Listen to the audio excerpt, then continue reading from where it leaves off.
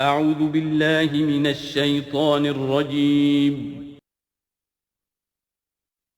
بسم الله الرحمن الرحيم.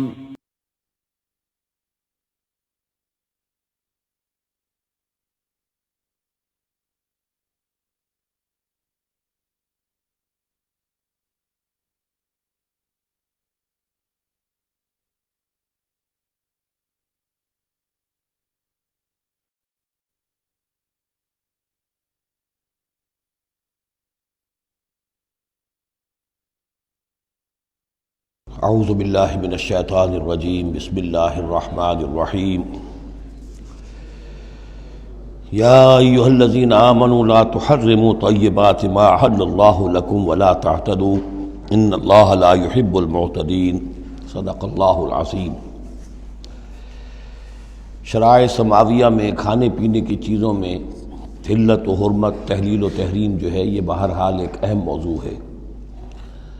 یہ موضوع آپ کو یاد ہوگا سورہ بقرہ سے چل رہا ہے مسلسل، کہ مشرکانہ اوہام کی وجہ سے ان کے ہاں بہت سی چیزوں کے بارے میں نسل بعد نسل کچھ چیزیں ذہنوں میں بیٹھ گئی تھیں کہ یہ چیزیں حرام ہیں، اور یہ کہ اس قسم کی چیزیں جو ہیں پھر ذہنوں سے، دلوں سے، مزاجوں سے نکلنے میں بہت وقت لیتی ہیں اور بار بار جو ہے اس کی طرف توجہ دلانی پڑتی ہے۔ فرمایا یا ایھا الذین آمنوا، اہل ایمان، لا تحرموا طیبات ما احل اللہ لکم، نہ حرام ٹھہرا لو ان پاکیزہ چیزوں کو جنہیں اللہ نے تمہارے لیے حلال ٹھہرایا ہے، ولا تعتدوا، اور حد سے تجاوز نہ کرو۔ یہ بھی ہوتا ہے کہ کچھ لوگ اپنے تقویٰ کے جوش میں اور بہت زیادہ نیکی کے جذبے میں بھی بہت سی چیزیں کہ جو حلال ہیں ان کو اپنے اوپر حرام کر بیٹھتے ہیں۔ ان اللہ لا يحب المعتدین، یقیناً اللہ تعالی حد سے تجاوز کرنے والوں کو پسند نہیں کرتا۔ وَكُلُوا مِمَّا رَزَقَكُمُ اللَّهُ حَلَالًا طَيِّبًا، کھاؤ ان چیزوں میں سے جو تمہارے رب نے تمہیں دی ہیں، اللہ نے دی ہیں، جو حلال بھی ہیں طیب بھی ہیں، حلال ہوں قانونی طور پر، صاف ستھری ہوں، پاک ہوں۔ وَاتَّقُوا اللَّهَ الَّذِي أَنتُم بِهِ مُؤْمِنُونَ، اور اس اللہ کا تقوی اختیار کیے رکھو کہ جس پر تمہارا ایمان ہے۔ لا یؤاخذکم اللہ باللغو فی ایمانکم، یہ قسموں کے سلسلے میں سورہ بقرہ میں بھی بات آئی تھی، اب آخری حکم آ رہا ہے۔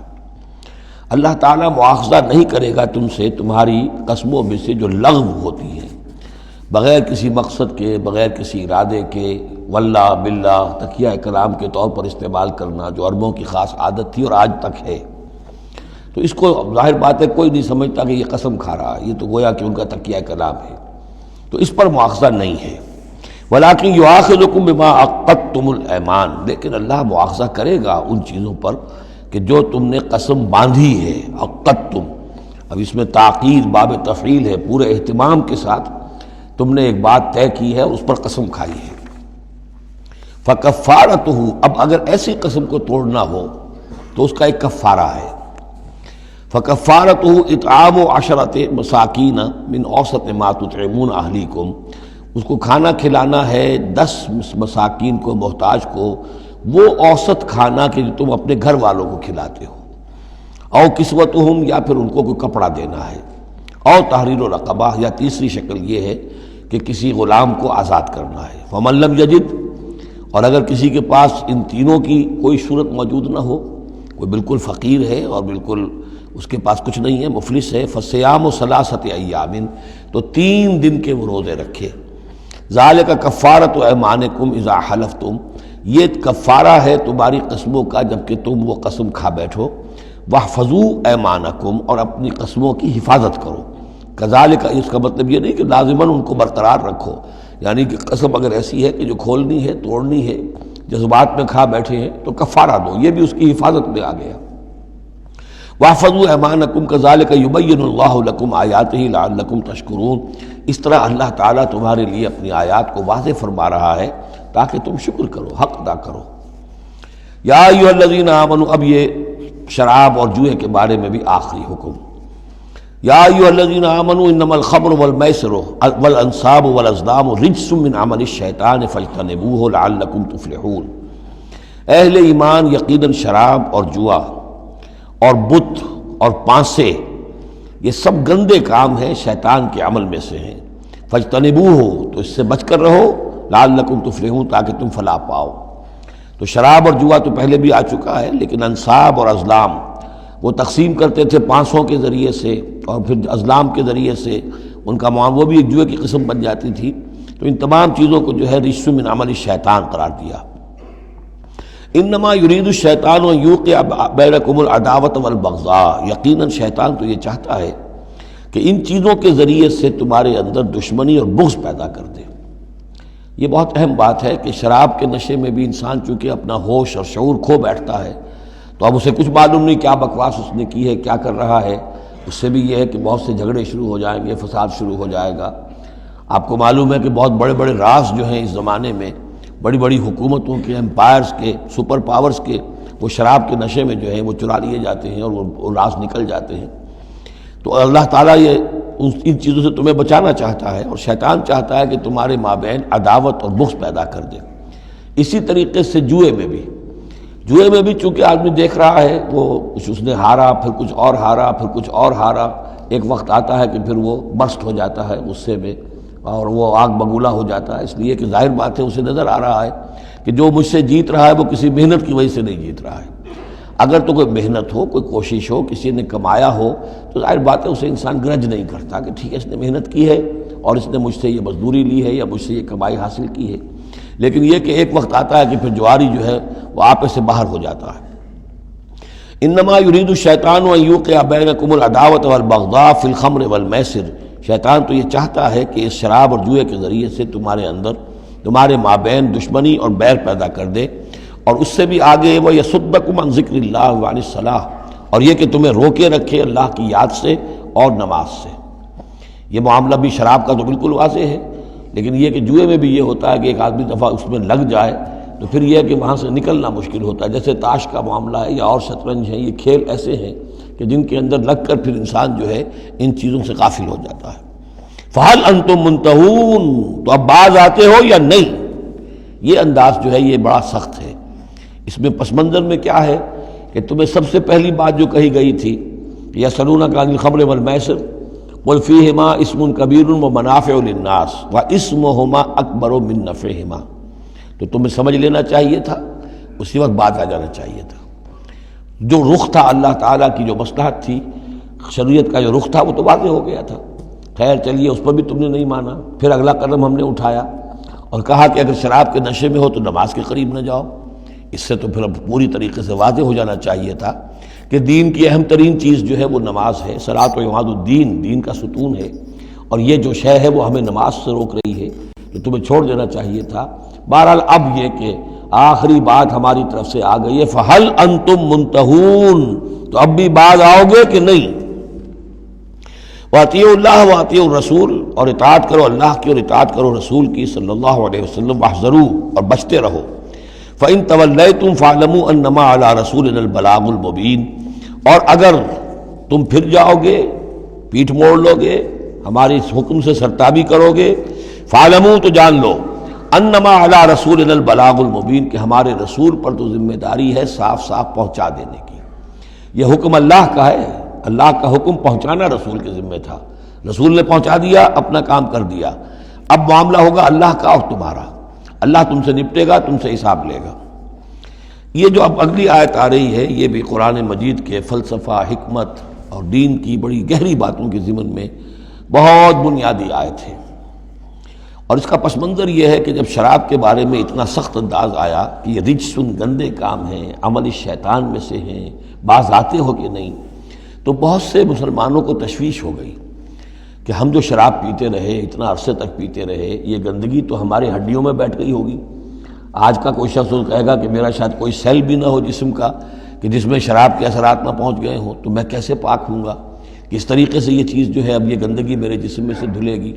تو یہ تشویش جو ہے اس کو رفع کرنے کے لیے، جیسے تحویل قبلہ کے وقت تشویش ہو گئی تھی کہ 16 مہینے جو ہم نے نمازیں پڑھی، اگر اصل قبلہ تھا کعبہ اور ہم نمازیں پڑھتے رہے بیت المقدس کی طرف رخ کر کے، تو وہ نمازیں تو ضائع ہو گئی، اور نماز ہی تو ایمان ہے۔ وما کان اللہ لیضیع ایمانکم، نہیں اللہ تعالیٰ تمہارے ایمان کو ضائع کرنے والا نہیں ہے۔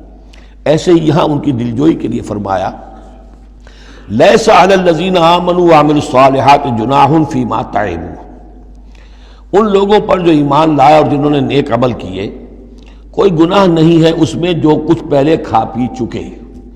کسی شے کی حرمت کے قطعی حکم کے آنے سے پہلے جو کچھ کھایا پیا گیا جبکہ اس کی حرمت کا اعلان نہیں ہوا تھا تو اس کا کوئی گناہ ان پر نہیں رہے گا. یہ کوئی ان کی ہڈیوں میں بیٹھ جانے والی شے نہیں ہے.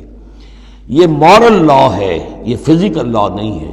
فزیکل لا میں تو ہوتا ہے کہ کچھ چیزوں کے اثرات جو ہیں وہ دائمی ہو جاتے ہیں. مورل لا میں تو یہ ہے کہ بڑے سے بڑا گناہ ہو, کوہ احد جتنے گناہ ہوں, صدق دل سے توبہ کی جائے سب صاف ہو جائیں گے. التائب من الذنب کمن لا ذنب لہ, گناہ سے حقیقی معنی میں توبہ کرنے والا بالکل ایسے ہے جیسے اس نے کبھی گناہ کیا ہی نہیں تھا. وہ تو نامہ اعمال جو ہے بالکل دھل جاتا ہے. لہذا اس تشویش کو اپنے قریب مت آنے دو. لیس علی الذین آمنوا وعملوا الصالحات جناح فیما طعموا, اب جو آ رہا ہے حصہ, اذا اتقوا وآمنوا وعملوا الصالحات ثم اتقوا وآمنوا ثم اتقوا واحسنوا واللہ یحب المحسنین. جب تک کہ وہ تقوی کی روش اختیار کیے رکھیں اور ایمان لائیں اور نیک عمل کریں, پھر اور تقوی میں بڑھے اور ایمان لائیں, پھر اور تقوی میں بڑھے اور درجہ احسان پہ فائز ہو جائیں. واللہ یحب المحسنین, اور اللہ تعالی محسنوں سے محبت کرتا ہے. یہ تین درجے ہیں اصل میں.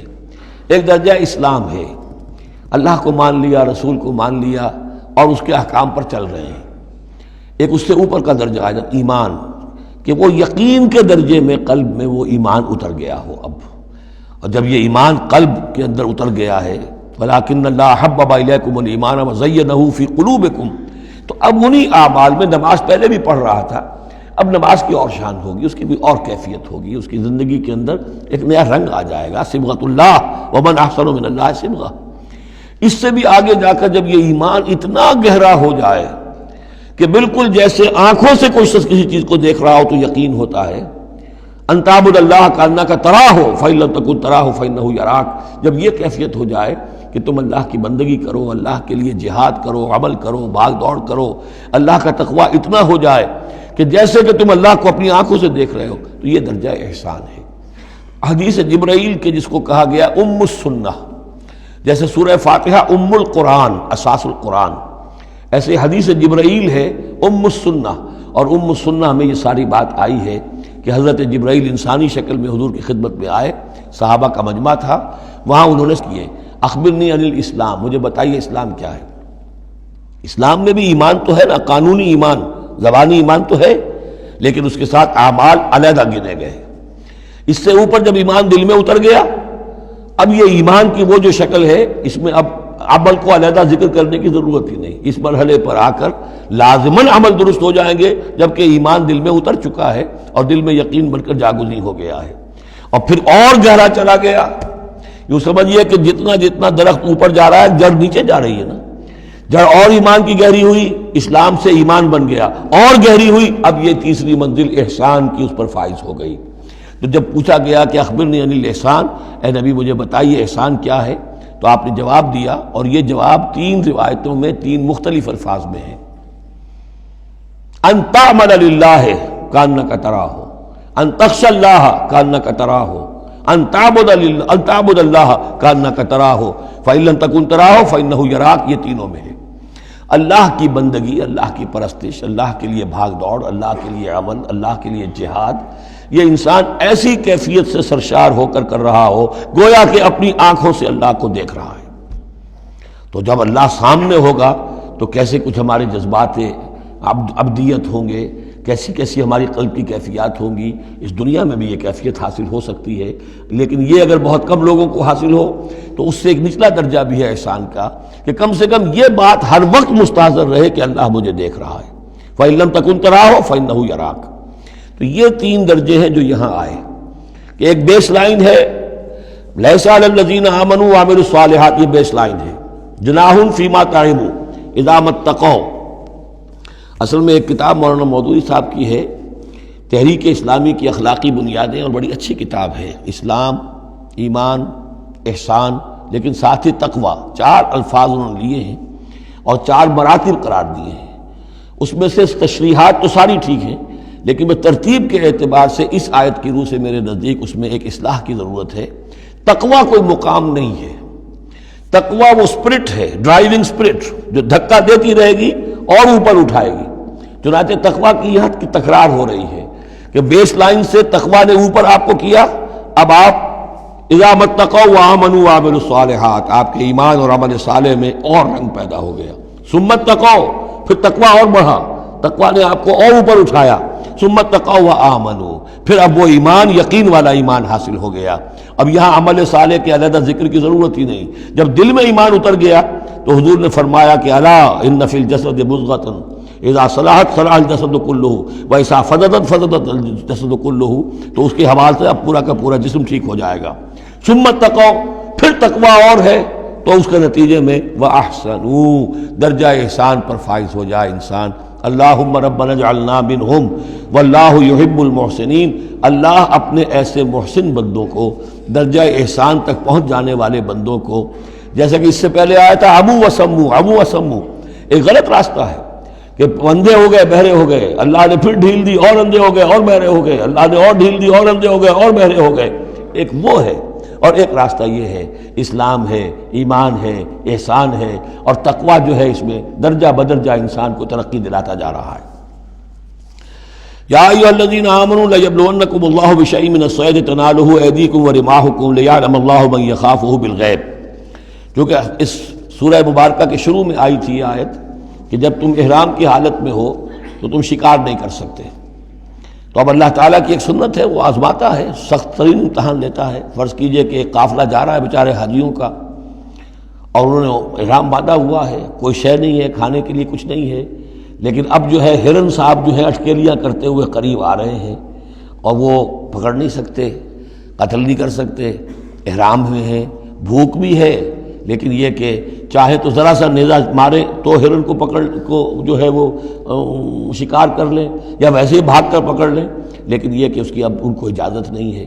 تو اللہ تعالیٰ ایسا کرتا تھا، فرمایا یا ایھا الذین آمنوا، اہل ایمان، لیبلونکم اللہ، لازماً اللہ تمہیں آزمائے گا، بشیء من الصید، شکار کے ذریعے سے، تنالہ ایدیکم ورماحکم، جن کو کہ پا لیں گے آسانی سے تمہارے ہاتھ اور تمہارے نیزے، لیعلم اللہ من یخافہ بالغیب، تاکہ اللہ دیکھ لے کہ کون ہے وہ لوگ کہ جو غیب میں ہوتے ہوئے بھی اللہ سے ڈرتے رہتے ہیں، کہ موقع ہے، بھوک بھی ہے، ہرن بھی بالکل پاس ہے، بالکل قابو میں ہے، جیسے چاہیں شکار کر لیں، لیکن ہاتھ بندھے ہوئے ہیں اس لیے کہ احرام باندھا ہوا ہے۔ تو جس کے دل میں ایمان ہوگا وہ اپنی بھوک کو برداشت کرے گا، اللہ کے حکم کو نہیں توڑے گا۔ فمن اہتدی بعد ذلک، اب کسی سے غلطی ہو گئی، تجاوز کر بیٹھا، بھوک کا غلبہ زیادہ تھا، فلہ عذاب علیم، اس کے لیے دردناک عذاب ہے۔ البتہ یہ کہ آگے چل کر اس کے لیے ایک کفارہ بھی بتا دیا گیا ہے۔ یا ایھا الذین آمنوا لا تقتلوا الصید وانتم حرم، دیکھو اہل ایمان، جب تم احرام کی حالت میں ہو تو کسی شکار کو قتل مت کرو۔ ومن قتلہ منکم، تو جو کوئی تم میں سے انہیں قتل کر بیٹھے، شکار کر بیٹھے، جان سے مار بیٹھے، متعمداً، جان بوجھ کر، فجزاء مثل ما قتل من النعم، تو پھر اس کا کفارہ ہوگا ویسا ہی ایک حیوان، ویسا ہی ایک چوپایا اللہ کی راہ میں صدقہ کیا جائے، اور وہ اس کا گویا کہ کفارہ بنا دیا جائے۔ کیسا ہے کہ اگر آپ نے ہرن مارا ہے تو پھر بکری یا بھیڑ، نیل گائے اگر مار لی ہے تو پھر گائے، اسی طریقے سے جس قسم کا، جس سائز کا اور جس اسٹیچر کا آپ نے وہ حیوان جو ہے شکار کیا، اسی کا اسے برابر کا چوپایا دینا ہوگا۔ فجزاء مثل ما قتل من النعم یحکم بہ ذوی عدل منکم، دو آدمی تمہارے جو ہوں معتبر، وہ چاہیے کہ وہ اس کی گواہی دے کہ ہاں یہ جانور جو اس نے شکار کیا ہے یہ اس کے برابر ہو جائے گا۔ ہدیم بالغ الکعبہ، اور یہ ہدی ہوگی اب یہ جانور، کعبے تک اس کا پہنچنا ہے، کعبے کی نظر ہوگا یہ، او کفارۃ، یا پھر اس کا ایک کفارہ اور بھی ہے، طعام و مساکین، کچھ مساکین کو کھانا کھلانا، صدقہ فطر کے حساب سے ہے یہ جو فقہا نے لکھا ہے، او عدل ذالک صیامن، یا اتنے ہی روزے رکھنا۔ وہ بھی دیکھنا ہوگا کہ جانور جو تھا، بکری تھی، ہرن تھا، کتنے آدمی اس کو کھا سکتے تھے، اتنے آدمیوں کو کھانا کھلاؤ، یا پھر اتنے دن کے جو ہے وہ عدل ذالک صیامن روزے رکھو، لیذوق وبال امرہ، تاکہ وہ اپنے کیے کا کی سزا جو ہے وہ پالے۔ عفا اللہ عما سلف، اللہ معاف کر چکا ہے جو کچھ کے پہلے ہو چکا۔ ومن عادا، لیکن جو پھر ابھی دوبارہ کرے گا، اعادہ کرے گا، فینتقم اللہ منہ، تو اللہ تعالیٰ اس سے انتقام لے گا۔ واللہ عزیز ذو انتقام، اور یقیناً اللہ تعالیٰ زبردست ہے، انتقام لینے والا، بدلہ لینے والا۔ احل لکم صید البحر وطعامہ متاعا لکم، البتہ یہ کہ اگر کشتیوں کے ذریعے سے، جہازوں کے ذریعے سے حاجی لوگ آ رہے ہوں تو ان کے لیے چھوٹ ہے، وہ احرام کی حالت میں بھی جو مچھلی ہے اس کا شکار کر سکتے ہیں۔ احل لکم صید البحر، سمندر کا، دریا کا جو شکار ہے وہ تمہارے لیے حلال کیا گیا، وطعامہ متاعا لکم وللسیارہ، اور اس کا جو دریا کا کھانا ہے وہ تمہارے لیے بہت اچھا جو ہے فائدے کی چیز ہے، اور سب مسافروں کے لیے۔ اور آج آپ کو معلوم ہے کہ یہ سی فوڈ جو ہے یہ دنیا میں کس قدر یعنی اب معروف بھی ہے، محبوب بھی ہے، مقبول بھی ہے، اور بہت سی برائیوں سے اور بیماریوں سے بچانے والا بھی ہے۔ سی فوڈ یہ تو اب ایک بڑا سمجھیے کہ پوری دنیا کے اندر غذا کا ایک نیا خزانہ ہے کہ جو سامنے آیا لوگوں کے۔ تو فرمایا وطعامہ متاعا لکم وللسیارہ، اس کا جو طعام ہے جو سمندر کے اندر اللہ نے پیدا کیا ہوا ہے، مچھلیاں ہیں یا اور کوئی اسی طریقے کی اللہ نے تمہارے لیے کھانے کی چیزیں پیدا کی ہیں۔ وحرم علیکم صید البر ما دمتم حرما، لیکن خشکی پر شکار کرنا تمہارے لیے جب تک کہ تم احرام میں ہو حرام کر دیا گیا۔ واتقوا اللہ الذی الیہ تحشرون، اور اللہ کا تقوی اختیار کیے رکھو جس کی طرف کہ تمہیں لازماً جمع کر دیا جائے گا، لے جائے جاؤ گے گھیراؤ کر کے۔ جعل اللہ الکعبۃ البیت الحرام قیاما للناس، اللہ تعالیٰ نے کعبے کو جو بیت الحرام ہے، بزرگی والا گھر ہے، اسے لوگوں کے قیام کا باعث بنا دیا ہے۔ والشہر الحرام، اور شہر حرمت والا شہر بھی اللہ تعالیٰ نے معین کیا ہے۔ والہدیہ، اور قربانی کے جانور، ان کا بھی ذکر ہو چکا ہے اس سورت کے شروع میں۔ والقلائد، اور وہ جانور جن کے گلوں میں پٹے ڈال دیے گئے ہوں نشانی کے طور پر کہ یہ کعبے کے لیے ہدی کے جانور ہیں، یہ سب اللہ تعالیٰ کی طرف سے ہے، اس کی توثیق ہو رہی ہے۔ یعنی یہ کوئی تمہاری جاہلیت کی روایات نہیں ہے، یہ چیزیں جو ہیں کعبے کی حرمت اور عظمت، اسی طریقے سے شہر حرام، اسی طریقے سے ہدی کے جانور، اور وہ کہ جن کے گلوں میں پٹے پڑے ہوئے ہوں ہدی کے جانور ہونے کے اعتبار سے۔ ذالک لتعلموا ان اللہ یعلم ما فی السماوات و ما فی الارض، یہ اس لیے کہ تم اچھی طرح جان لو کہ اللہ تعالیٰ کو آسمانوں اور زمین کی ہر شے کا علم حاصل ہے۔ ان اللہ بکل شیء علیم، اللہ تعالیٰ ہر چیز کا علم رکھتا ہے۔ اس کے مقابلے میں 4 چیزیں آئیں گی جو ان کے ہاں حرام ہو گئی تھی، ان کو پھر کہا جا رہا کہ اس کے لیے کوئی سند نہیں ہے کتاب میں موجود، وہ بعد میں آئیں گی۔ اعلموا ان اللہ شدید العقاب، جان لو کہ اللہ تعالیٰ سزا دینے میں بہت سخت ہے۔ وان اللہ غفور الرحیم، اور اللہ غفور اور رحیم بھی ہے، یعنی اس کی تو دونوں شانیں ہیں۔ اب تم دیکھو کہ تم اپنے آپ کو کس شان کے ساتھ متعلق کر رہے ہو، کس کا مستحق بنا رہے ہو، اس کی عقوبت کا یا اس کی رحمت اور مغفرت کا۔ ما علی الرسول الا البلاغ، ہمارے رسول پر سوائے پہنچا دینے کی کوئی ذمہ داری نہیں ہے، باقی ساری ذمہ داری اب تمہاری ہے۔ واللہ یعلم ما تبدون وما تکتمون، اور اللہ جانتا ہے جو کچھ کہ تم ظاہر کرتے ہو اور جو کچھ کہ تم چھپاتے ہو۔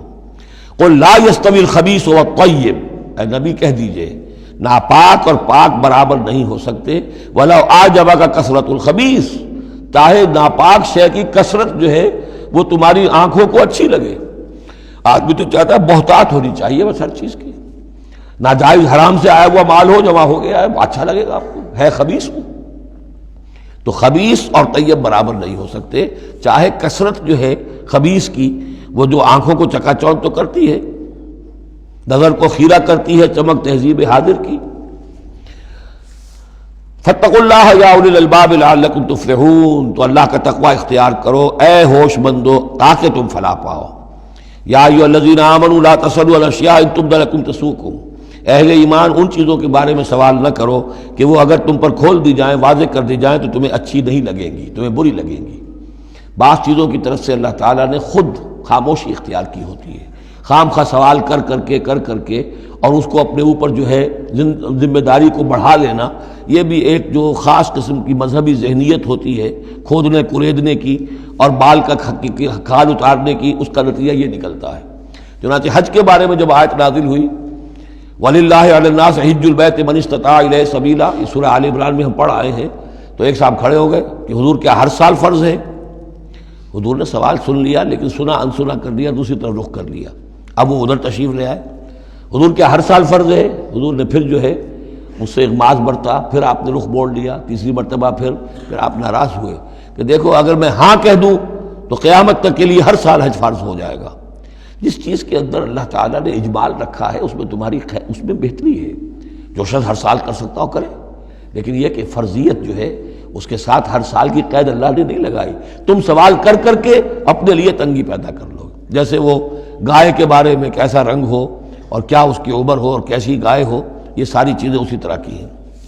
لیکن یہ کہ ان تسألوا عنہا حین ینزل القرآن تبد لکم، اگر تم سوال کرو گے جبکہ ابھی قرآن کا نزول جاری ہے تو وہ ظاہر کر دی جائے گی. اللہ تعالیٰ نے اپنی حکمت کے تحت اس کے اوپر پردے ڈالے ہوئے ہیں. وہ سمجھتا ہے کہ اس میں تمہارے لیے تنگی ہو جائے گی، بہت زیادہ ہو جائے گا، لیکن اگر سوال کرو گے تو پھر وہ ظاہر کر دی جائے گی. عفا اللہ عنہا، اللہ تعالیٰ نے اس میں درگزر سے کام لیا ہے، تو پر نرمی کی ہے. یہ کسی نسیان کی وجہ سے نہیں ہے، بھول کی وجہ سے نہیں ہے، غلطی کی وجہ سے نہیں ہے، معاذ اللہ.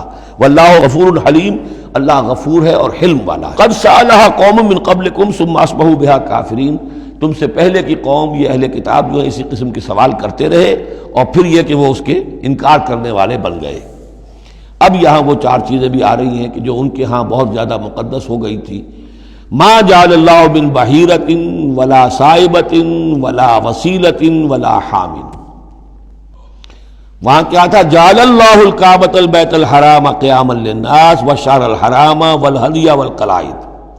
یہ چار چیزیں ان کی توثیق ہو گئی کہ یہ تو واقعتاً اللہ کی شریعت کے اجزاء ہیں، ان کا احترام اور ان کی حرمت کو ملحوظ رکھنا لازم ہے. یہ چار چیزیں یہ تمہارے جاہلیت کے دور کے جو مشرکانہ اوہام ہیں ان کی یادگاریں ہیں، اس کے لیے اللہ کی طرف سے کوئی سند نہیں. ان چیزوں کے بارے میں بہت سے اقوال ہیں، لیکن میں یہاں آپ کو پڑھ کر سنا رہا ہوں کہ جو حضرت سعید ابن المسیب رحمۃ اللہ علیہ کی تفسیر صحیح بخاری میں جو ان الفاظ کی آئی ہے وہ مولانا شبیر احمد عثمانی صاحب نے اپنے حواشی میں نقل کی ہے.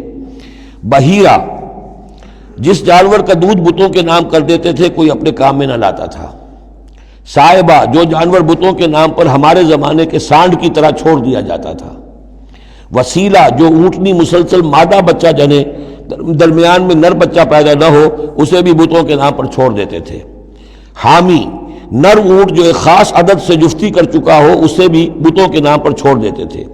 تو ان کو چھوڑ دیتے تھے کہ اب یہ کسی کوئی ان کو ہاتھ نہ لگائے، کوئی ان سے استفادہ نہ کرے، نہ ان کا گوشت کھایا جا سکتا ہے، نہ ان سے کوئی خدمت لی جا سکتی ہے، یہ محترم ہو گئے. تو اس کے لیے فرمایا ما جعل اللہ من بحیرۃ ولا صائبۃ ولا وصیلۃ ولا حام ولکن الذین کفروا یفترون علی اللہ الکذب. بلکہ یہ تو وہ لوگ جنہوں نے کفر کیا وہ افترا کرتے رہے ہیں، جھوٹ گھڑتے رہے ہیں، اللہ کے ذمے یہ باتیں لگاتے رہے ہیں.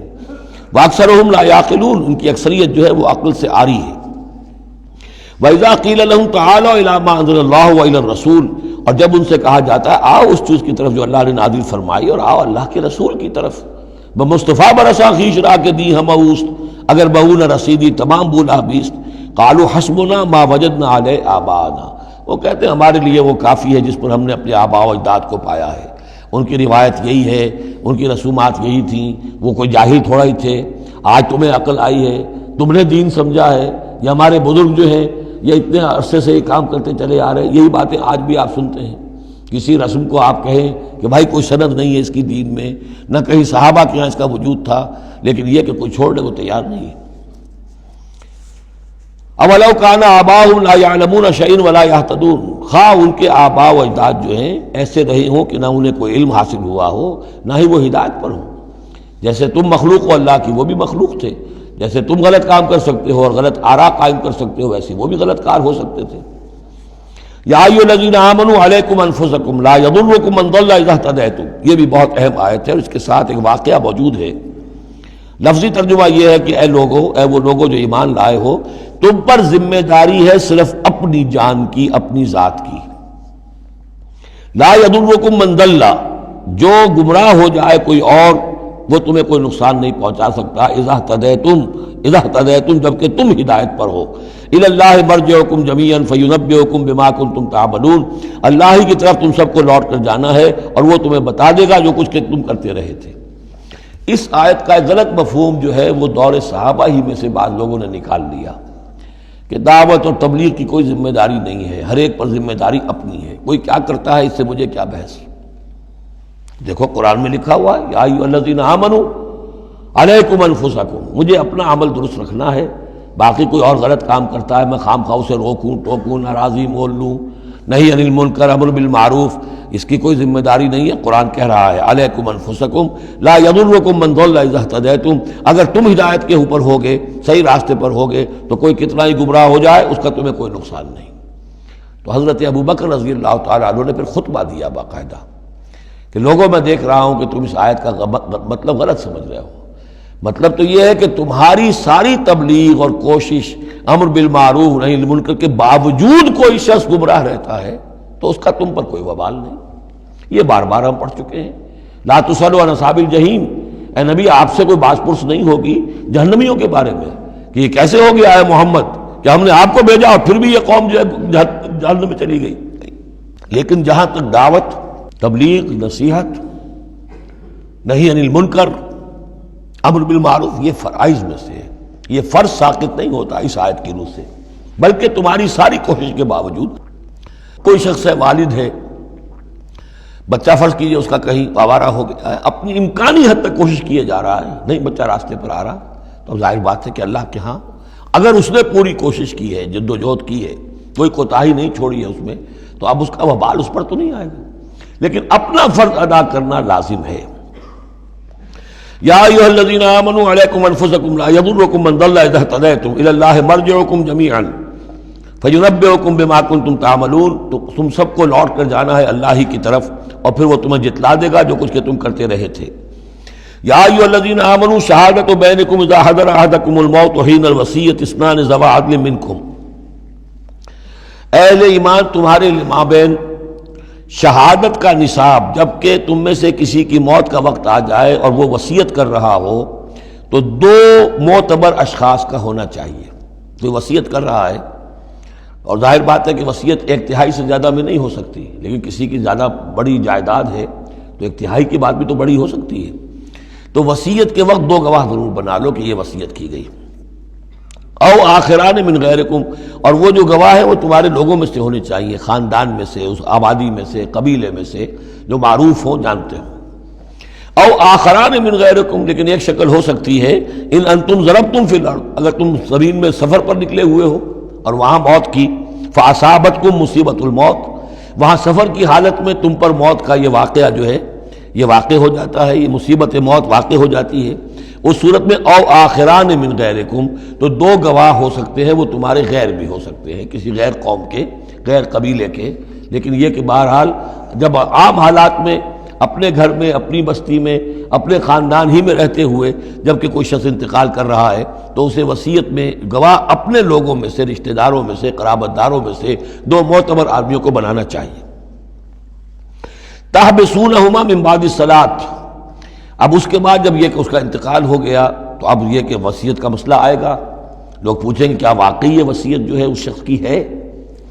تو اب ان دونوں کو روکو، کھڑا کرو، من بعد الصلاۃ، نماز کے بعد، مسجد ہے، نماز پڑھی ہے، اب وہ دونوں کھڑے ہو جائیں، فیقسمان باللہ، پھر انہیں چاہیے کہ اللہ کی قسم کھائیں، ان ارتبتم، اگر تمہیں کوئی ان کے بارے میں شک ہو کہ کہیں یہ وصیت کو بدل نہ دیں، کہیں ان سے غلطی نہ ہو جائے، تو ان سے قسم کھلوا لو، حلف کی بنیاد پر وہ اپنا جو ہے وہ وہاں پر شہادت دیں گے، اور پھر انہیں کہنا چاہیے لا نشتری بہ ثمنا، ہم اس کی کوئی قیمت وصول نہیں کریں گے، کوئی ناجائز فائدہ اس سے نہیں اٹھائیں گے، ولو کان ذا قربا، چاہے کوئی قرابت داری کا معاملہ ہو، کسی کے حق میں ہم کوئی ناانصافی نہیں کریں گے، ولا نکتم شہادت اللہ، اور نہیں ہم چھپائیں گے اللہ کی گواہی کو۔ اب گواہی جو ہے اتنی عظیم شے ہے کہ شہادت اللہ کہا گیا، اللہ کی گواہی، اللہ کی طرف سے امانت ہے۔ انا اذا لمن العاصمین، اگر ہم ایسا کریں گے تو ہم یقیناً گناہ گار ہوں گے۔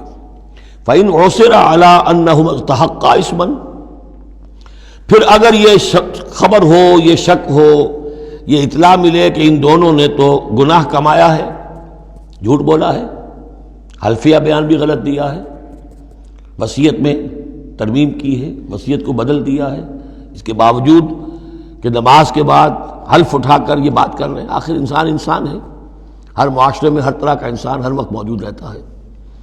فآخران یقومان مقامہما، تو اب دو اور لوگ کھڑے ہوں جو کہ ان کی جگہ پر اب کھڑے ہوں، من الذین استحق علیہم العریان، کہ جن کے حق کو تلف کیا ہے ان پہلوں نے، وہ کھڑے ہوں گے اب کہ ہمارا حق یہ لوگ تلف کر رہے ہیں، وصیت کے اندر انہوں نے خیانت کی ہے۔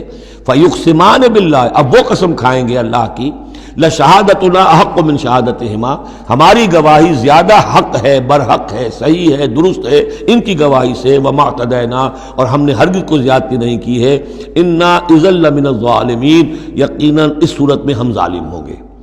ذالک ادنا، یہ طریقہ کار قریب تر ہے اس سے، ان یاتوا بالشہادۃ علی وجہہا، کہ لوگ شہادت کو بالکل صحیح فیس ویلیو پر پیش کریں، کیونکہ انہیں یہ معلوم ہوگا کہ ہم نے جھوٹی قسم کھا بھی لی، تب بھی جو دوسرا فریق ہے وہ بھی اگر قسم اٹھا گیا تو ہماری وہ جھوٹی قسم جو ہے وہ بھی ضائع ہو جائے گی، لہذا وہ پھر اس کی ہمت نہیں کریں گے۔ یہی معاملہ ہے کہ جو آئے گا، اگر کوئی کسی شخص کو اپنی بیوی کے اوپر شک ہے، شک کیا، اس نے دیکھا ہے بدکاری کرتے ہوئے، تو اگر 4 مرتبہ قسم کھا کر کہے کہ جو میں کہہ رہا ہوں میں نے دیکھا ہے اور اس نے یہ بدکاری کی ہے، تو وہ 4 گواہوں کے برابر ہو جائے گی ایک شخص کی گواہی۔ لیکن یہ کہ اس کا جواب بھی یہ ہے کہ بیوی بھی اگر 4 مرتبہ قسم کھا کر کہہ دے کہ یہ جھوٹ بول رہا ہے، مجھ پر تہمت لگا رہا ہے، تو اس کی جو گواہی ہے وہ ساقط ہو جائے گی۔ تو یہ دونوں طرف سے اللہ تعالیٰ نے بیلنس کیا ہے کہ تاکہ یہ دونوں امکانات موجود رہیں۔ ذالک ادنی ان یاتوا بالشہادۃ علی وجہہا، یہ قریب تر ہے، اس سے مناسب تر ہے کہ لوگ گواہی جو ہے وہ صحیح شکل میں پیش کریں، اور یخافوا ان ترد ایمان بعد ایمانہم، کہ انہیں یہ خوف رہے کہ قسمیں جو ہے لوٹا دی جائیں گی، الٹی کر دی جائیں گی ان کی قسموں کے بعد۔ واتقوا اللہ واسمعوا، اور ڈرتے رہو اور سنتے رہو اور سن رکھو، واللہ لا یہدی القوم الفاسقین، اللہ ایسے فاسقوں کو ہدایت نہیں دیتا۔ اب یہ آخری 2 رکوع جو ہے سورہ مبارکہ کے، اس میں جو ایک نقشہ کھینچا گیا ہے وہ حضرت مسیح علیہ السلام اور ان کے ساتھ اللہ تعالیٰ کا ایک مخاطبہ اور مکالمہ قیامت کے دن کا، اور اس کے پس منظر میں یہ گویا کہ پوری ایک داستان ایک نئی شان سے سامنے آتی ہے۔ یوم یجمع اللہ الرسل، اس دن کا تصور کرو جس دن اللہ تعالیٰ تمام رسولوں کو جمع کرے گا۔ فیقول ماذا اجبتم، اور پوچھے گا آپ لوگوں کو کیا جواب ملا تھا، آپ کی قوموں نے کیا معاملہ کیا آپ کے ساتھ۔ قالوا لا علم لنا، وہ کہیں گے ہمیں کچھ معلوم نہیں، اللہ تعالیٰ کی جناب میں زبان کھولنے سے بچیں گے۔ انک انت علام الغیوب، اللہ تو سب کچھ جاننے والا ہے، غیبوں کا جاننے والا ہے، علام الغیوب ہے، تمام چھپی باتوں کا جاننے والا ہے، تیرے تجھ پر منکشف ہے۔ اذ قال اللہ یا عیسی ابن مریم، اب خاص پیشی جو ہے وہ ہو رہی ہے حضرت عیسیٰ ابن مریم کی۔ وہ دنیا میں پوجے گئے، اللہ کے بیٹے بنائے گئے، ثالث و ثلاثہ قرار دیے گئے، لہذا اب ان کو جو شرمندگی اٹھانی پڑے گی اللہ تعالیٰ کے سامنے، اس کا نقشہ کھینچا گیا ہے۔ اذ قال اللہ یا عیسی ابن مریم اذکر نعمتی علیک، اور جب کہے گا اللہ تعالیٰ کہ اے مریم کے بیٹے عیسیٰ ذرا میرے ان انعامات کو یاد کرو جو تم پر ہوئے، وعلی والدتک، اور تمہاری والدہ پر ہوئے، اذ ایدتک بروح القدس، جبکہ میں نے تمہیں مدد پہنچائی، تائید کی تمہاری روح القدس سے، جبرائیل کے ذریعے سے، تکلم الناس فی المہد وکہلا، تم نے گفتگو کی لوگوں کے ساتھ، پگھوڑے میں بھی، گود میں بھی، انفینسی میں بھی، اور کہلن، اور پوری طریقے سے جوان اور پورے طریقے سے ایک ایڈلٹ کی حیثیت سے بھی۔ وَإِذْ عَلَّمْتُكَ الْكِتَابَ وَالْحِكْمَةَ وَالتَّوْرَاةَ وَالْإِنْجِيلَ، اب وہ الفاظ آگے آل عمران والے، اور یاد کرو ہمارے اس احسان کو جب میں نے تمہیں سکھائی کتاب بھی اور حکمت بھی، یعنی تورات بھی اور انجیل بھی، درمیان کا واو یعنی کے معنی میں آئے گا، واو تفسیر۔ وَإِذْ تَخْلُقُ مِنَ الطِّينِ كَهَيْئَةِ الطَّيْرِ بِإِذْنِي، اور یاد کرو جب کہ تم بناتے تھے گارے سے پرندے کی ایک شکل میرے حکم سے، فَتَنفُخُ فِيهِ فَتَكُونُ طَيْرًا بِإِذْنِي، پھر تم اس میں پھونک مارتے تھے تو وہ ایک اڑتا ہوا پرندہ ہو جاتا تھا میرے حکم سے۔ وَتُبْرِئُ الْأَكْمَحَ وَالْأَبْرَصَ بِإِذْنِي، اور تم اچھا کر دیتے تھے مادرزاد اندھے کو بھی اور کوڑھی کو بھی میرے حکم سے۔ وَإِذْ تُخْرِجُ الْمَوْتَىٰ بِإِذْنِي، اور جب کہ تم مردے کو کھڑا کر دیتے تھے، چلنے والا بنا دیتے تھے، بِإِذْنِي، میرے حکم سے۔ وَإِذْ كَفَفْتُ بَنِي إِسْرَائِيلَ عَنْكَ، اور یاد کرو میرے اس احسان کو کہ میں نے بنی اسرائیل کے ہاتھ روک لیے تم سے، ان کے ہاتھ تم تک نہیں پہنچنے دیے۔ یہ وہی واقعہ ہو گیا کہ حضرت مسیح گرفتار نہیں ہوئے۔ حضرت مسیح کو عین اس وقت جب کہ وہ پولیس والے داخل ہوئے باغ میں، 4 فرشتے اترے ہیں اور لے کر آسمان پر چلے گئے۔ وَإِذْ كَفَفْتُ بَنِي إِسْرَائِيلَ عَنْكَ، میں نے ہاتھ روکے رکھے بنی اسرائیل کے تجھ سے۔ اِذْ جِئْتَهُم بِالْبَيِّنَاتِ، جب تم ان کے پاس آئے کھلے معجزوں کے ساتھ۔ فَقَالَ الَّذِينَ كَفَرُوا مِنْهُمْ، تو کہا ان لوگوں نے جنہوں نے ان میں سے کفر کیا، إِنْ هَذَا إِلَّا سِحْرٌ مُبِينٌ، نہیں ہے یہ تو بالکل کھلا یقیناً ان ھذا الا نہیں ہے یہ مگر کھلا جادو۔ وَإِذْ أَوْحَيْتُ إِلَى الْحَوَارِيِّينَ، اور پھر ذرا یاد کرو میرے اس احسان کو کہ میں نے اشارہ کر دیا، دل میں ڈال دیا وحی کی حواریین کی طرف۔ یہ وحی خفی، حواریین کو ظاہر بات ہے وحی جلی جو ہے، وحی نبوت تو نہیں آ سکتی، لیکن جیسے کہ شہد کی مکھی کے لیے وحی کا لفظ آ گیا ہے، آسمانوں کو وحی کی اللہ تعالیٰ نے، تو یہ وحی خفی ہے۔ وَإِذْ أَوْحَيْتُ إِلَى الْحَوَارِيِّينَ، اور جب میں نے اشارہ کیا، الہام کر دیا حواریین کو، ان آمنوا بی وبرسولی، ایمان لاؤ مجھ پر بھی اور میرے رسول پر بھی۔ قالوا آمنا واشہد باننا مسلمون، اور انہوں نے کہا کہ ہم ایمان لائے اور اے عیسیٰ آپ بھی گواہ رہیے کہ ہم اللہ کے فرما برداروں میں سے ہیں۔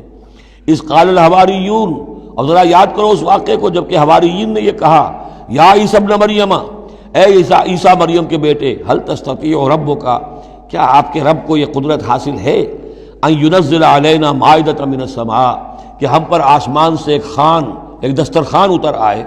قال اتقوا اللہ ان کنتم مؤمنین، تو عیسیٰ نے کہا کہ اللہ کا تقوی اختیار کرو اگر تم ایمان رکھتے ہو، ایسی دعائیں نہیں کرنی چاہیے، ایسے مطالبے نہیں کرنے چاہیے۔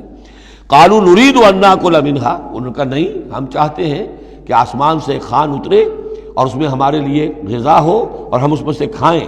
وتطمئن قلوبنا، اور ہمارے دل بالکل مطمئن ہو جائیں۔ یعنی وہ ایسی بات ہو گئی جیسے حضرت ابراہیم نے کہا تھا ارنی کیف تحیی الموتی، اس طرح کا کوئی مشاہدہ وہ بھی مانگ رہے تھے۔ وَنَعْلَمَ، اور ہمیں یہ معلوم ہو جائے پوری طریقے سے، ان قد صدقتنا، کہ آپ نے جو باتیں بھی ہم سے کہی ہیں بالکل سچی ہیں، کسی شک و شبے کی کوئی گنجائش نہیں۔ وَنَكُونَ عَلَيْهَا مِنَ الشَّاهِدِينَ، اور ہم ان تمام باتوں پر پورے گواہ بن جائیں، ہمیں وہ یقین کامل حاصل ہو جائے کہ پھر ہم آپ کی جانب سے جب تبلیغ کریں لوگوں کے اندر تو ہمارے اپنے دل میں کہیں کسی شک و شبے کا کوئی کانٹا چبھا ہوا باقی نہ رہ گیا ہو۔ قال عیسیٰ ابن مریم، تو اس پر حضرت عیسیٰ ابن مریم نے دعا کی، اللہم ربنا انزل علینا مائدۃ من السماء، اے اللہ، اے ہمارے رب اتار دے ہم پر ایک دسترخوان، ایک خوان بھرا ہوا آسمان سے، تکون لنا عیدن، وہ ہمارے لیے ایک عید بن جائے گا، جشن کی بات ہو جائے گی، آسمان سے خاص تیرے ہاں سے کھانا ہمارے لیے آئے، لأولنا وآخرنا، ہمارے پہلوں کے لیے بھی پچھلوں کے لیے بھی، وآیۃ منک، اور ایک نشانی بن جائے گی تیری جانب سے، ورزقنا، اور ہمیں رزق عطا فرما، وانت خیر الرازقین، اور یقیناً تو بہترین رزق دینے والا ہے۔ قال اللہ، اللہ نے جواباً ارشاد فرمایا، انی منزلها علیکم، ٹھیک میں نازل کر دوں گا وہ تم پر، فمن یکفر بعد منکم، لیکن پھر اس کے بعد جو کوئی کفر کی روش اختیار کرے گا، فانی اعذبہ عذابا لا اعذبہ احد من العالمین، پھر اس کو میں وہ عذاب دوں گا جو تمام جہانوں میں کسی اور کو نہیں دوں گا۔ یعنی جب اس طرح کا خرق عادت کوئی چیز دکھا دی جائے، کھلا معجزہ، پھر رعایت نہیں ہوتی۔ چنانچہ قوموں کا معاملہ یہی تھا، قوم سمود نے مطالبہ کیا حضرت صالح علیہ السلام سے کہ ابھی اس چٹان میں سے ایک گابن جو اونٹنی برآمد ہو جانی چاہیے، وہ اونٹنی جو ہے برآمد ہو گئی، لیکن اب رعایت نہیں تھی۔ اب اگر ایمان نہیں لاؤ گے تو اب کہہ دیا گیا چند دن ہے، تم بس ہو گیا، اب اس کے بعد ختم ہو جاؤ گے۔ اس لیے کہ اس قسم کی نشانیاں دکھانے کے بعد پھر وہ رعایت نہیں رہتی، مہلت ختم ہو جاتی ہے۔ یہ بات بہت تفصیل سے آئے گی سورہ شعراء میں کہ اے نبی یہ جو آپ سے نشانیاں مانگ رہے ہیں اور ہم نہیں دکھا رہے، یہ ان کی خیر خواہی میں، اگر جس قسم کی نشانی یہ مانگ رہے ہیں وہ ہم دکھا دیں گے تو ان کی مہلت ابھی ہمیں ختم کرنی ہوگی، پھر ان کو مزید رعایت نہیں دی جا سکے گی۔ اور اس قسم کے معجزے دیکھ کر پہلے بھی کوئی ایمان نہیں لایا، نہ یہ لائیں گے۔ اندر جو فساد ہے نیت کا، وہ کہاں انہیں ماننے دے گا۔ نہ قوم صالح نے مانا، حالانکہ ان کو اپنی نگاہوں کے سامنے انہوں نے ایسا معجزہ دیکھ لیا۔ حضرت عیسیٰ کے معجزوں کو یہودیوں نے نہیں مانا، جادو قرار دیا۔ تو معجزے سے ایمان تو کوئی لایا نہیں، سوائے وہ جادوگر جو تھے حضرت موسیٰ علیہ السلام سے جن کا مقابلہ ہوا تھا۔ باقی یہ کہ عام قوم جو ہے، فرعون تو ایمان نہیں لایا، فرعون کے جو درباری ہیں وہ ایمان نہیں لائے۔ تو اس لیے یہ جو ہوتا ہے کہ اگر کوئی اس قسم کی نشانی دکھا دی جائے تو یہ اصل میں پھر لوگوں کے لیے اس اعتبار سے ان کے خلاف جا پڑتی ہے کہ ابھی اللہ کچھ اور مہلت دیتا، کچھ اور ڈھیل دیتا، کچھ اور لوگ سمجھ لیتے، کچھ اور لوگوں کو ایمان کی توفیق مل جاتی اور وہ سلسلہ بند ہو جاتا ہے۔ قال اللہ انی منزلها علیکم فمن یکفر بعد منکم، میں نازل تو کر دوں گا تم پر وہ، لیکن پھر اس کے بعد جو کوئی بھی تم میں سے کوئی کفر کی روش اختیار کرے گا، ناشکری کرے گا، فإنی اعذبہ عذابا لا اعذبہ احد من العالمین، تو پھر اس کو عذاب وہ دوں گا جو تمام جہانوں میں کسی اور کو نہیں دوں گا۔ وَإِذْ قَالَ اللَّهُ يَا عِيسَى ابْنَ مَرْيَمَ، اب یہ آخری ڈراپ سین ہے اس کا اور بہت سخت ہے یہ. اور جب کہے گا اللہ تعالیٰ اے مریم کے بیٹے عیسیٰ، أَأَنْتَ قُلْتَ لِلنَّاسِ اتَّخِذُونِي وَأُمِّيَ إِلَٰهَيْنِ مِن دُونِ اللَّهِ، کیا تم نے کہا تھا لوگوں سے کہ مجھے اور میری ماں کو بھی الہ بنا لینا، معبود بنا لینا اللہ کے سوا؟ تم نے کہا تھا. قال سبحانک، حضرت عیسیٰ فرمائیں گے، عرض کریں گے اللہ تو پاک ہے. ما یکون لی ان اقول ما لیس لی بحق، میرے لیے کیسے ممکن تھا کہ میں وہ بات کہتا جس کے کہنے کا مجھے کوئی حق حاصل نہیں. ان کنت قلتہ فقد علمتہ، اگر میں نے وہ بات کہی ہوتی تو پروردگار وہ تیرے علم میں ہوتی. تعلم ما فی نفسی، تو جانتا ہے جو کچھ میرے جی میں ہے. ولا اعلم ما فی نفسک، میں تو نہیں جانتا جو تیرے جی میں ہے. انک انت علام الغیوب، یقیناً تو تمام غیبوں کا جاننے والا ہے. حقیقت تیری نگاہ کے سامنے تو موجود ہے. ما قلت لہم، میں نے ہرگز ان سے کچھ نہیں کہا. الا ما امرتنی بہ، مگر وہی کچھ جس کا کہ تو نے مجھے حکم دیا تھا. ان اعبدوا اللہ ربی و ربکم، اور وہ یہی بات تھی کہ میں نے ان سے یہی کہا تھا کہ پرستش کرو اور بندگی کرو اللہ کی، جو میرا بھی رب ہے اور تمہارا رب ہے، مجھ بھی رب ہے. وکنت علیہم شہیدا ما دمت فیہم، اور میں تو ان کے اوپر جب تک ان میں موجود تھا ان کا نگران تھا، ان کے اوپر میں ان کی دیکھ بھال کر رہا تھا. یہاں یہ خبردار ہونا نگرانی کرنے کے معنی میں ہے. وکنت علیہم شہیدا ما دمت فیہم فلما توفیتنی، جب تو نے مجھے اٹھا لیا. اب یہاں بھی توفیتا موت کے معنی میں نہیں ہے، انی متوفی کا، وہ یاد رکھ لیجیے ساری بحث جو میں کل کر چکا ہوں. جب تو نے مجھے اٹھا لیا، کنت انت الرقیب علیہم، تو اس کے بعد تو ظاہر ہے کہ تو ہی نگران تھا ان پر. وانت علی کل شیء شہید، اور یقیناً تو ہر چیز پر نگران ہے، ہر چیز پر گواہ ہے، ہر چیز سے باخبر ہے. ان تعذبہم فانہم عبادک، اگر تو انہیں عذاب دے تو وہ تیرے بندے ہیں، تجھے کل اختیار حاصل ہے، جس طرح چاہے عذاب دے. وَإِن تَغْفِرْ لَهُمْ، اور اے اللہ اگر تو انہیں بخش دے، فَإِنَّكَ أَنْتَ الْعَزِيزُ الْحَكِيمُ، تو زبردست ہے، حکمت والا ہے. یہ بہترین انداز ہے، میں درخواست بھی ہے، معافی کی درخواست بھی ہے. وہ اپنی شفقت، رافت نوع انسانی کے حق میں انبیاء کے اندر جو ہوتی ہے، لیکن اس سے آگے بڑھ کے بھی نہیں کہہ سکتے. مقام عبدیت یہی ہے، العبد عبد وان ترقى والرب رب وان تنزل، اختیار تیرا ہے. ان تعذبہم فانہم عبادک، اے اللہ تو اگر انہیں عذاب دے تو تیرے بندے ہیں، تیری مخلوق ہیں. وان تغفر لہم، اور اگر تو معاف فرمانا چاہے تو تجھ سے تو کوئی بات پرس نہیں کر سکتا، کوئی جواب طلبی نہیں کر سکتا کہ تو نے کیسے معاف کر دیا. وان تغفر لہم فانک انت العزیز الحکیم، تجھے ہر اختیار حاصل ہے، تو زبردست ہے، حکمت والا ہے. قال اللہ ھذا یوم ینفع الصادقین صدقہم، اللہ فرمائیں گے، اب جیسے میں نے ڈراپ سین کہا تھا، یہ پوری پیشی جو ہے اس کا آخری نقشہ کیا ہوگا. اللہ فرمائے گا یہ آج کا دن وہ ہے جس دن سچوں کو ان کی سچائی فائدہ پہنچائے گی. قال اللہ ھذا یوم ینفع الصادقین صدقہم، ان کا صدق ان کے حق میں مفید ہوگا. لہم جنات تجری من تحتہا الانہار خالدین فیہا ابدا، ان کے لیے باغات ہیں جن کے دامن میں ندیاں بہتی ہوں گی، ان میں وہ ہمیشہ ہمیشہ رہیں گے. فیہا ابدا، رضی اللہ عنہم ورضوا عنہ، اللہ ان سے راضی ہو گیا اور وہ اللہ سے راضی ہو گئے. یہ آخری مقام ہے، رضامندی باہمی، اللہ تم سے راضی، تم اللہ سے راضی. رضی اللہ عنہم ورضوا عنہ، ذالک الفوز العظیم، اور یہی ہے بہت بڑی کامیابی.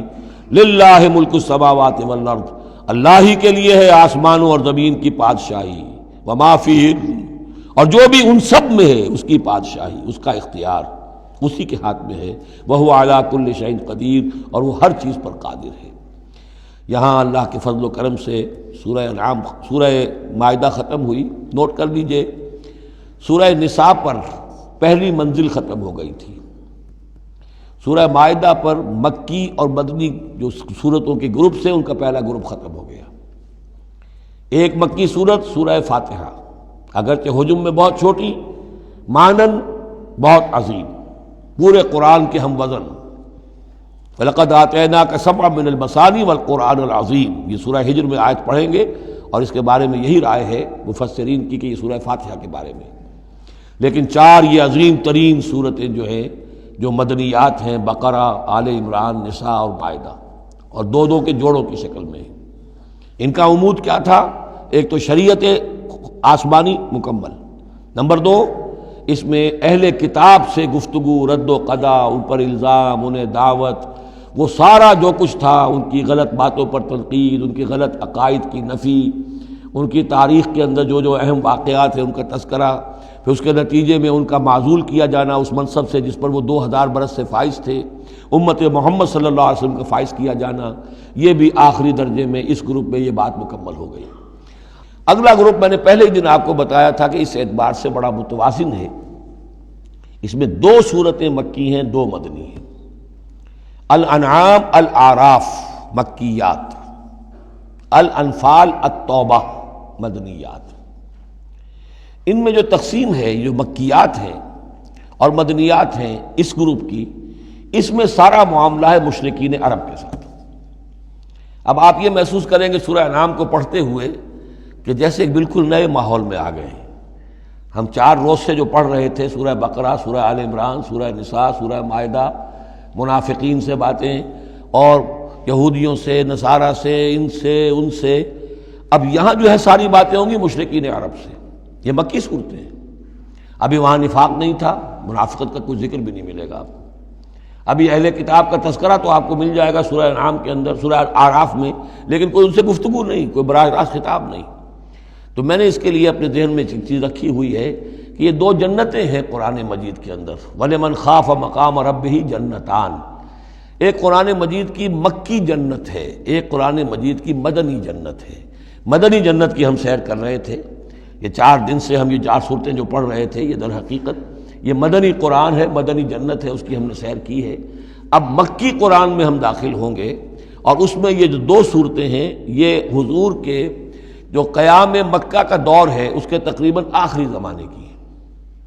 یہ گویا کہ اس اعتبار سے مشرکین جو تھے عرب کے اور جو بنی اسماعیل تھے ان پر اتمام حجت اسی طور سے جس طور سے کہ اہل کتاب پر اتمام حجت ہے ان مدنی صورتوں میں، اسی طور پر مشرکین عرب پر، بنی اسماعیل پر اتمام حجت ان 2 صورتوں میں ہے۔ پھر ان میں ایک بڑی پیاری تقسیم ہے۔ مکی صورتوں میں چونکہ ظاہر بات ہے کہ اہم ترین مضمون ایمان کا ہوتا ہے، اللہ کو مانو، اللہ کی نعمتوں کا اقرار کرو، اللہ کے رسول کو مانو، اور ان میں جو استدلال ہوتا ہے وہ شاہ ولی اللہ دہلوی رحمۃ اللہ علیہ کی اصطلاحات کے حوالے سے آپ کو بتا رہا ہوں کہ 2 طریقے سے اللہ تعالیٰ توحید کی طرف لوگوں کو لاتا ہے۔ التذکیر بآلاء اللہ، اللہ کے احسانات، اللہ کی عظمت، اللہ کی نشانیاں، اللہ کی قدرت، اللہ کی صنائیاں، یہ تو آیات آفاقیہ، آیات انفسیہ، اور اللہ کے احسانات تم پر، ان کی نعمتوں کا تذکرہ، اس کو کہتے ہیں التذکیر بآلاء اللہ، اللہ کے احسانات اور اس کی قدرت کے جو کرشمے ہیں ان کے حوالے سے یاد دہانی، تذکیر۔ اللہ تعالیٰ کا ایمان ہمارے اندر ہے، ڈورمنٹ ہے، بالقوہ ہے، سویا ہوا ہے، اسے جگانے کے لیے یہ آیات قرآنیہ آتی ہیں، اسے ایکٹیویٹ کرنے کے لیے وہ پوٹینشیل ایمان ایکچوئل ایمان بن جائے، لیکن اس کے لیے تذکیر ہے، یاد دہانی۔ اس تذکیر کا ایک پہلو ہے التذکیر بآلاء اللہ، اللہ کی نعمتوں، اس کی صنائیوں، اس کی قدرتوں کے حوالے سے اللہ کے ایمان کی دعوت۔ ایک ہے التذکیر بایام اللہ، اللہ کے دنوں کے حوالے سے۔ اللہ کے دنوں میں سب سے بڑے دن وہ ہیں جن میں اللہ تعالیٰ نے بڑی بڑی قوموں کو تہس نہس کر دیا۔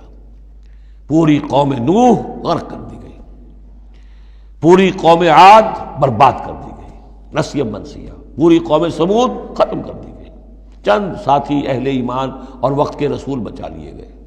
ایک کشتی پر حضرت نوح اور ان کے ساتھی، محدود چند اہل ایمان، باقی پوری نوع انسانی اس وقت تک اتنی ہی تھی، ختم ہو گئی۔ اس طرح قوم عاد پوری ختم ہو گئی، حضرت ہود اور چند لوگ بچا لیے گئے۔ قوم سمود پوری ختم ہو گئی، حضرت صالح اور چند اہل ایمان بچا لیے گئے۔ قوم شعیب پوری ختم ہو گئی، مدین کے لوگ، صرف حضرت شعیب اور ان کے چند ساتھی بچا لیے گئے۔ عمورہ اور صدوم کی بستیاں برباد کر دی گئی، صرف حضرت لوط علیہ السلام اور ان کی بیٹیاں وہاں سے نکل سکی ہیں، باقی پوری قوم ختم ہو گئی۔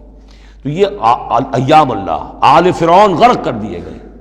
یہ اللہ کی سنت رہی ہے کہ جب بھی کبھی اس نے کسی قوم کی طرف رسول کو بھیجا، نبی نہیں، رسول، جب رسول بھیج دیا گیا اب اگر قوم نے رسول کو رد کر دیا تو پھر اس کے ساتھ رعایت نہیں ہے، پھر وہ قوم ختم کر دی جائے گی، گویا کہ ثابت ہو گیا ان میں کوئی خیر نہیں ہے۔ جیسے آپ کسی باغ میں سے پتے وتے جھاڑ جھکاڑ جمع کر کے آگ لگا دیتے ہیں تو گویا کہ یہ دنیا کے باغ کے اندر اب یہ جھاڑ جھکاڑ ہے، ان میں کوئی خیر رہا ہی نہیں۔ نبی کے رسول کے آنے کے بعد بھی یہ لوگ جو ہیں ان کی آنکھیں نہیں کھلی تو معلوم ہوا کہ اب ان کے اندر کوئی خیر نہیں ہے، تو ان کو ختم کر دیا جائے اور زمین کو پاک کر دیا جائے، یہ زمین کا بوجھ ہے، زمین کے لیے گندگی ہے، پاک کر دیا جائے۔ یہ ایام اللہ ہے جن کا ذکر قرآن مجید میں بار بار آتا ہے۔ اس کے علاوہ ایام کا معاملہ پھر ایک ابتدا ہے، ازل کے اندر کیا ہوا ہے وہ بھی تو یوم ہی ہے نا، ٹائم کے حوالے سے، اور پھر کیا ہوگا ابد میں، آخرت میں کیا ہوگا۔